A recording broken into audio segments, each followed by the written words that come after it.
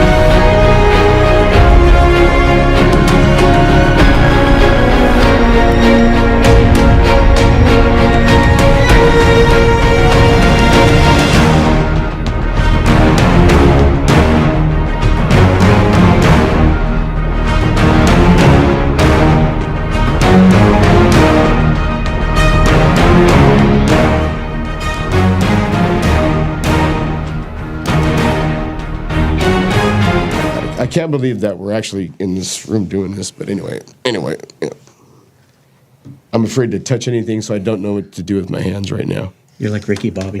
Right. In my own house, I was good, but like right now, I kind of want to keep them under the table, but then people may assume other things. I would. Like I got my hand on Brian's knee or something. Don't get awkward. Don't be shy. Don't be shy at all. Shy. But it's like life, right? You know, we break shit, whether it's equipment, relationships, you know, whatever. You said we break shit, and then you said relationships. So that would insinuate that we purposefully sabotage shit? No, just like we don't. I mean, we don't purposely. I do. I'm guilty of it. I am honestly guilty of it. Seriously, I'm not lying. Like I caught myself like sabotaging and just destroying relationships. But when you break like a socket or a wrench, you don't mean to break it. You're using it, and Now you're saying you value tools more than people. No, I get it. It's an analogy. I'm messing with. you know, you're using it, and then bam, you're like, crap. I knew I shouldn't have bought that at that particular place. So should we start and say, welcome to the circle?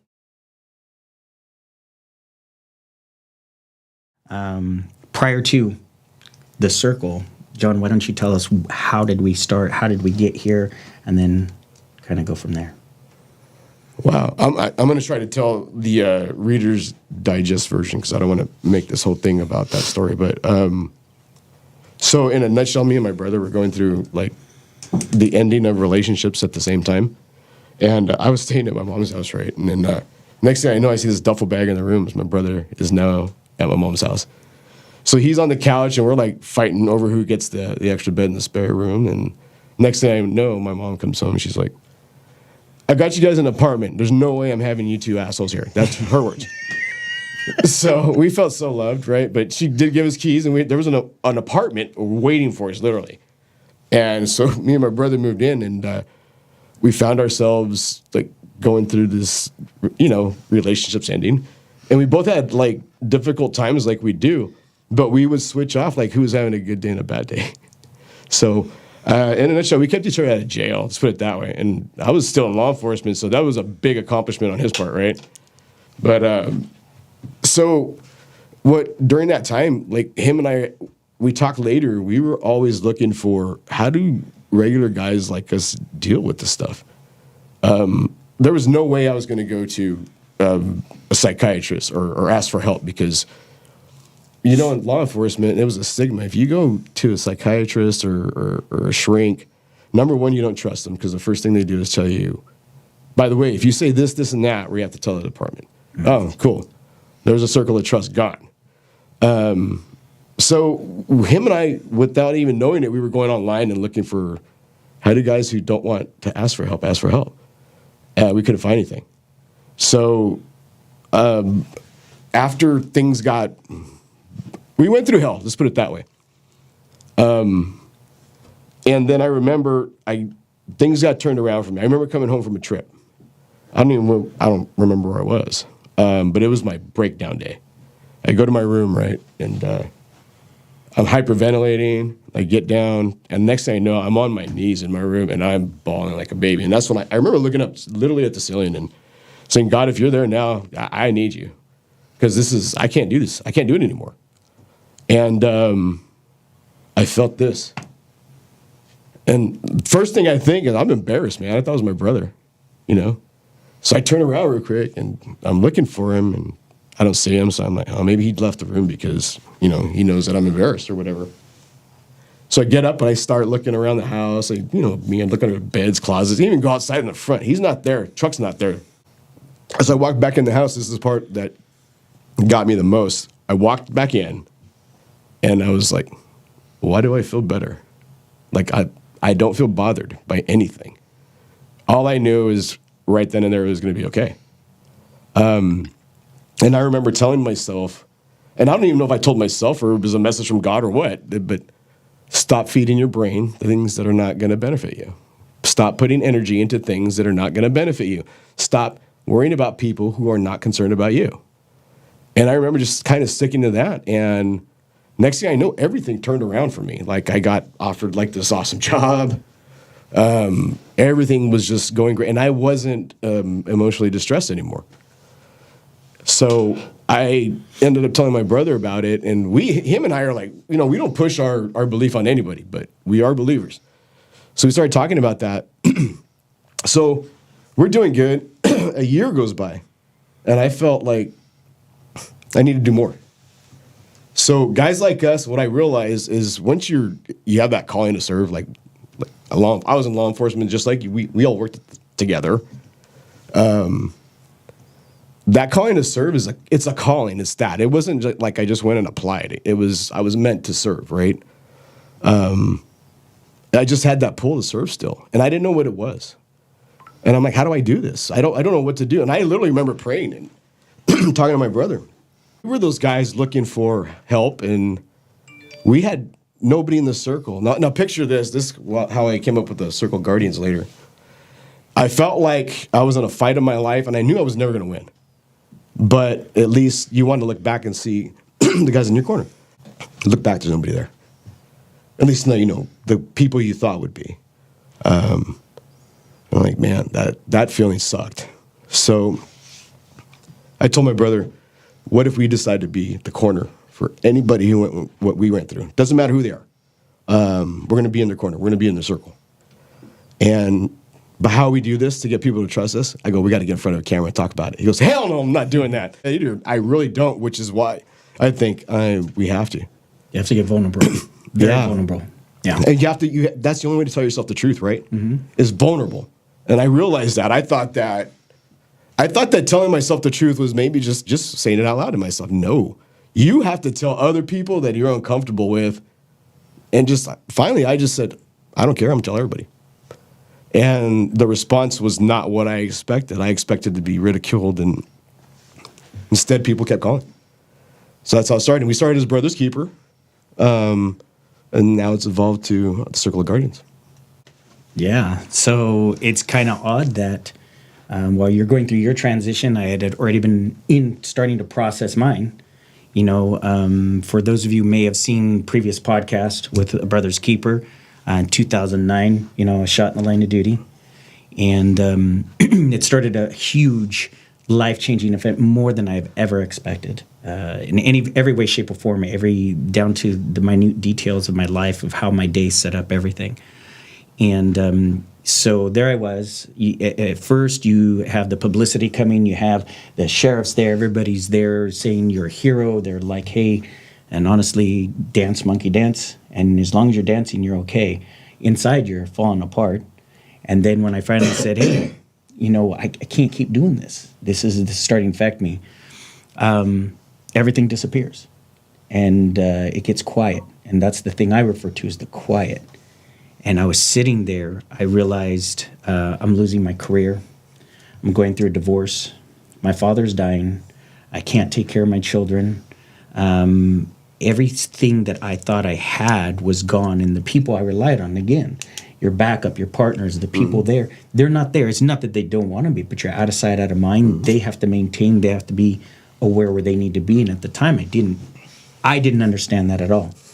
And so here I am alone, spiraling, and I kept asking God, again, this is where I think it's very important to bring in that faith base. Not that I want to beat people over the head, but this is my experience. Right. This is your experience. This is Brian's experience. This is where it comes from the heart. How did we get here, right? Right. How did we get onto this target? How are we here today? So I kept asking God, why is this happening? Why am I going through this? And he kept telling me in my head, my voice was, I gave this to you, and I was mad. I was angry at God. I said, what do you mean you gave this to me? And I remember cussing and yelling as if I'm praying, but cussing and yelling, basically saying, F you, God. And I mean, I'm using the Lord's name in vain and all that other stuff because I'm so pissed and so lost. And I started having the night terrors where I was screaming in the middle of the night, not knowing where I was. Sometimes I'd sleep. Sometimes I couldn't sleep. They're messing with your medications, doing all these things, and you're falling apart. And like, how am I supposed to keep this together? And I kept asking God, why? And then calls started coming in. And people were texting me, hey, George, I got hurt. Can you help me? And I was pissed. I was like, dude, you're calling me for help? Where have you been when I needed it? You didn't call to check on me anymore. And at first I was mad. And I said, God, why is this happening? And he says, I gave this to you, George. I gave this to you. I'm like, what the does that mean? And he's like, and finally he answered, I gave this to you because I gave you the faith to take one more step, to crawl, to roll out of bed and move, to take a breath. It doesn't matter. You have enough faith, that faith the size of a mustard seed, to take it one more minute. You're not going to quit. And these people need to know that. So, like you, I had to get vulnerable. I had to be completely naked. Yes, I wanted to start my pistol. Yes, I wanted to take my life. Yes, I booked myself into an institution to get help. Yes, I did whatever I could because I knew I could not fail. There was too much at stake. Not just for me, because that, to be honest, seemed like the easy point. It really did. So there I was, realizing, I always heard people say this, well, you don't know till you hit the bottom. I said, it's not till you realize there is no bottom. Yeah, you can keep going forever. I agree with that. And it's like, what do you need? So then, again, and I'm going to bring up your point, that need to serve, that servant leadership, to say, all right, dude, you got hurt. This is what I experienced. This is what you might expect. These are things that these people are. And sure as shit, they're like, George, that's exactly what happened. That's how they treated me. That's how they did this. What did you do to get out? Okay, this is what you do.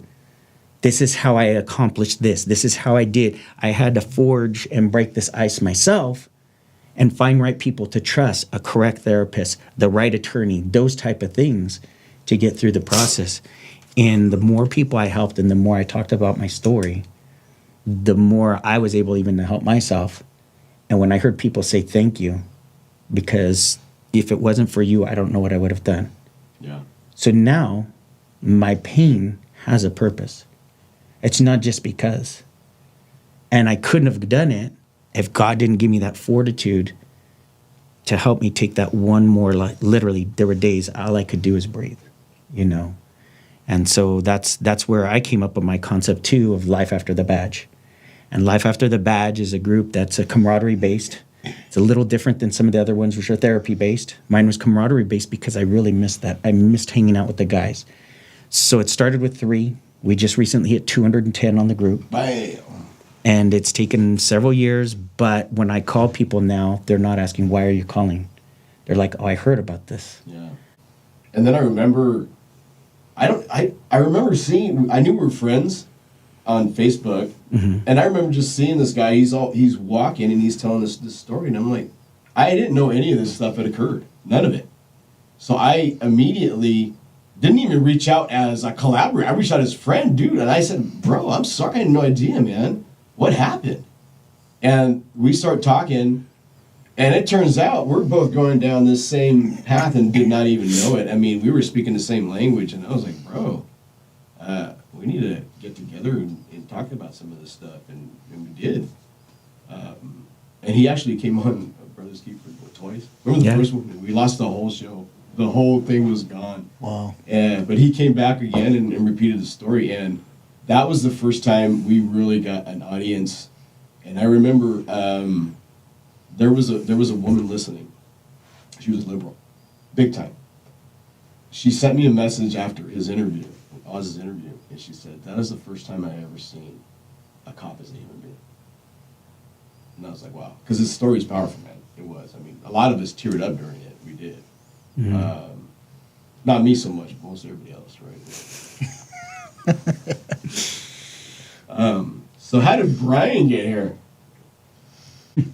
So, a couple years ago, I had to have my right hip replaced. And it was just wear and tear on my right hip from spending most of my career sitting on the right hip in a patrol car. And a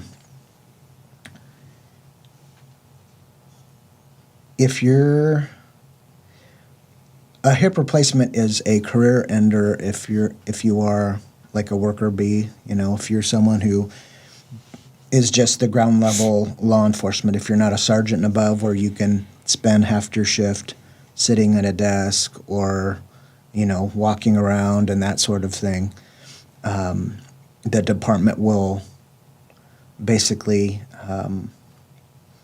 say that you're not usable. And that's kind of what happened with me. I had my right hip replaced, and they said, you can no longer meet the standards to work as a deputy sheriff. And so I started the lengthy process of going through a medical retirement.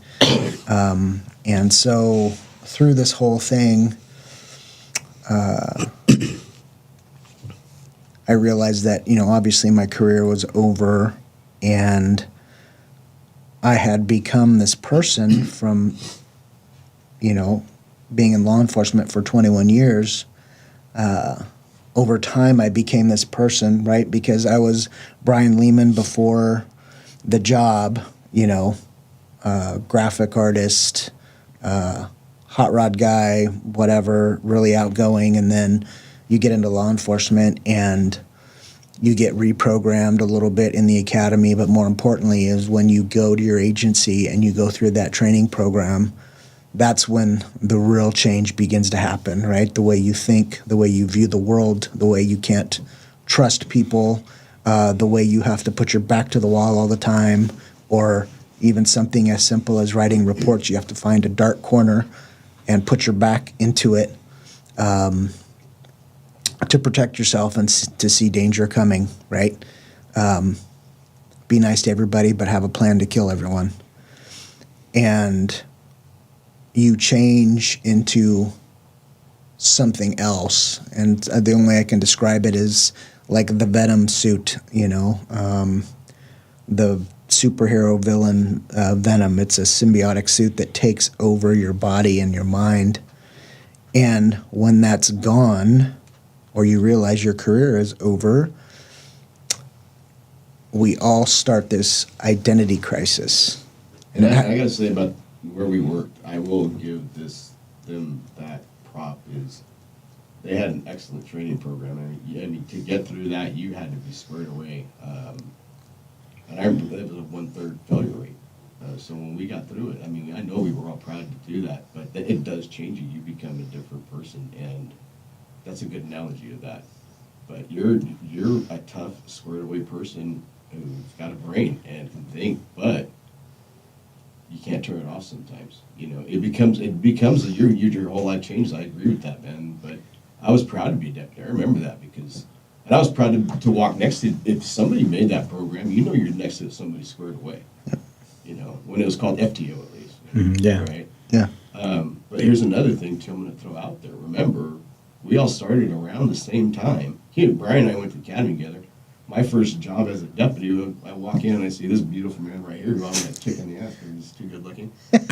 And I'm short on top of that. But I'm looking at two just awesome guys right here, but we buried, I counted last, and I tried to stop. We buried 15 friends over that time. 15 people we were standing side by side with. At least that's my number. When there's a couple of, I know it's probably different for you guys, but that we had in common, I know there was at least a dozen that we all knew. And that's the very first one when we started was we were in FTO together when we lost Phelps. Shit got real. And I don't know how else to say that. I don't want to curse, but it got real when you started losing friends. And I can't remember, the first 2 years, we buried 3 of them. And that takes its toll, right? And then, so it does, it's not only the program that changes you and the training and being safe, because we were safe and we were squared away, but it's watching your friends go into the ground that also changes you. Because you take things a lot more serious than anybody else, right? I know how we would react in a situation where most people think it's like a movie and it could end nicely.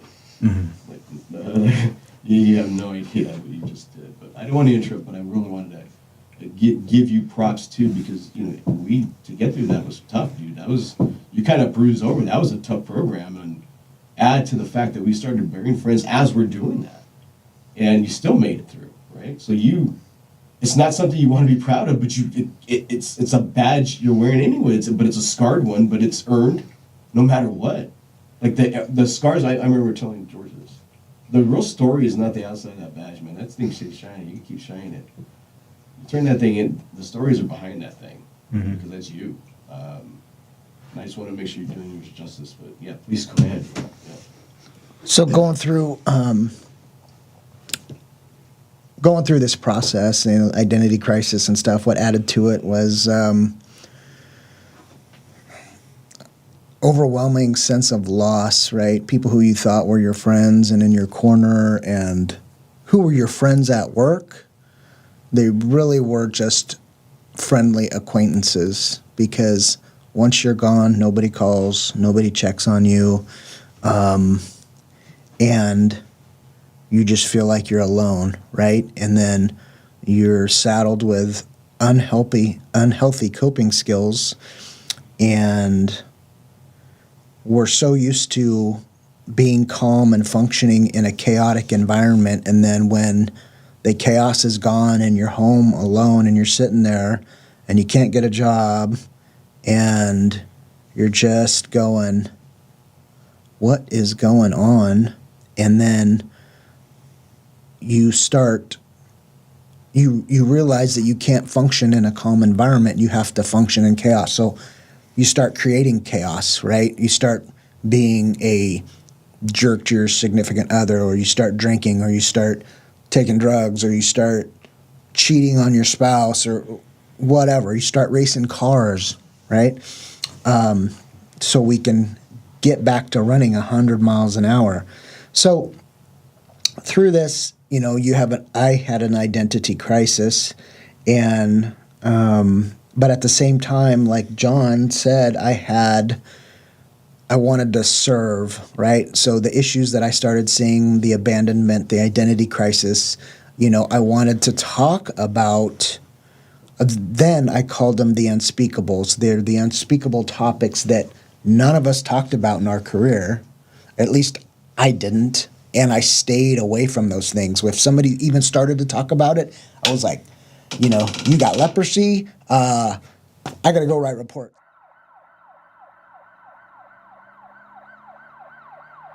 after a period of time,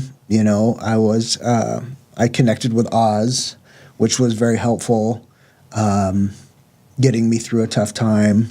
And then ultimately, John Gamez here gave me a call, and we reconnected. And, having our friendship rekindled, after so many years has been very beneficial. And so not only that, but it brought me into the Circle of Guardians, which was Brother's Keeper before. And so it's been very therapeutic, and it's nice to be a part of a tribe, because I was tribeless, and I think the three of us were tribeless for a period of time, and that was the real struggle, is we weren't around like-minded people to help each other out and to lean on each other, or just to check on, each other. Hey, how you doing today? And I think a lot of times, because I was asked why the concept I came with the camaraderie and why I started reaching out, because I started finding out it didn't matter if you went out on an injury, you went out on time, however you left the department, people just disappeared, right? Because they were focused on themselves and what they had to. And I said, look, when you were on scene and you called for backup, was it the department that came, or was it me? Right. It was us. That's you, yeah. I'm the one who busted my ass to get there. I'm the one that drove 125 if I had to get there. I'm the one blowing through the lights when I probably shouldn't, because you needed me. And I said, why do we expect now a mechanism? Because that's what the department is. And we have to realize it has to function that way. It has to be not personalized and not give a shit. It has to plug the numbers in, because the bodies still have to show up on shift. I get that. It's got to keep functioning. But at the time, I couldn't recognize that till I got healthier, till I exposed and talked to enough people. And I was like, okay, so why am I expecting them to come? I'm going to come. You still need me. It doesn't matter whether I'm injured or not. You still need me. I still need you. I'm going to come no matter what. Because when we got that call, it didn't matter what would happen. If you had got shot, I know Brian's going to come in there with his left arm and beat the shit out of some people, right? It didn't matter. I'm going to get there. I'm going to handle business as long as there's still fight left in me. Well, there's enough fight left in this guy and enough left fight in you guys that I'll fight for you, alongside you, with you, whatever it takes. I want you to know I'm going to be there. So I started making those calls, and they were very hard. And each person having to justify why I was calling them. And then when they turned me down, to turn around and say, no, I'm still here. No, I'm still here. So that's when I came up with that term. I said, hey, tap up. At least text me, tap up. When we went through a building, it was like, you didn't need to hear from me. All you need to do, you do that. That's it. And you know, okay, we're going and he's got my back. How can we trust people then? But then now here we are, because we lost our identity. I'm still the same dude. You're still the same. You're still the same guy. Yeah, we're all bruised and scarred up. But guess what? Again, it wasn't the department that did it. It was us. So let's stop waiting for them or somebody else to come save the day. Let's take back the control. Let's take back the power that we have and be there for each other. And that's why I started the Life After Badge, to get people out, start talking again, start saying this. The next level would be the therapy level. That's the Code 9 project, which found me, and then it spread it so that we're doing national stuff, where we're doing the therapy base. So when it's not just, hey, I need to tap up, but I need somebody to really fucking talk to. Yeah. And I need that help. I need to be able to say, Brian, I love you enough that you need to go in and get help. I love you enough to, John, to be able to do this. And there's been times I've needed to hear that. And I know that you guys have been there for me when I needed to hear, hey, George, yeah, let's do something serious. Let's one-on-one, let's whatever. Because no matter what, we got to have each other. Again, too often, everybody, same thing. I said, the COPS program, the companion officer program is rusted shut.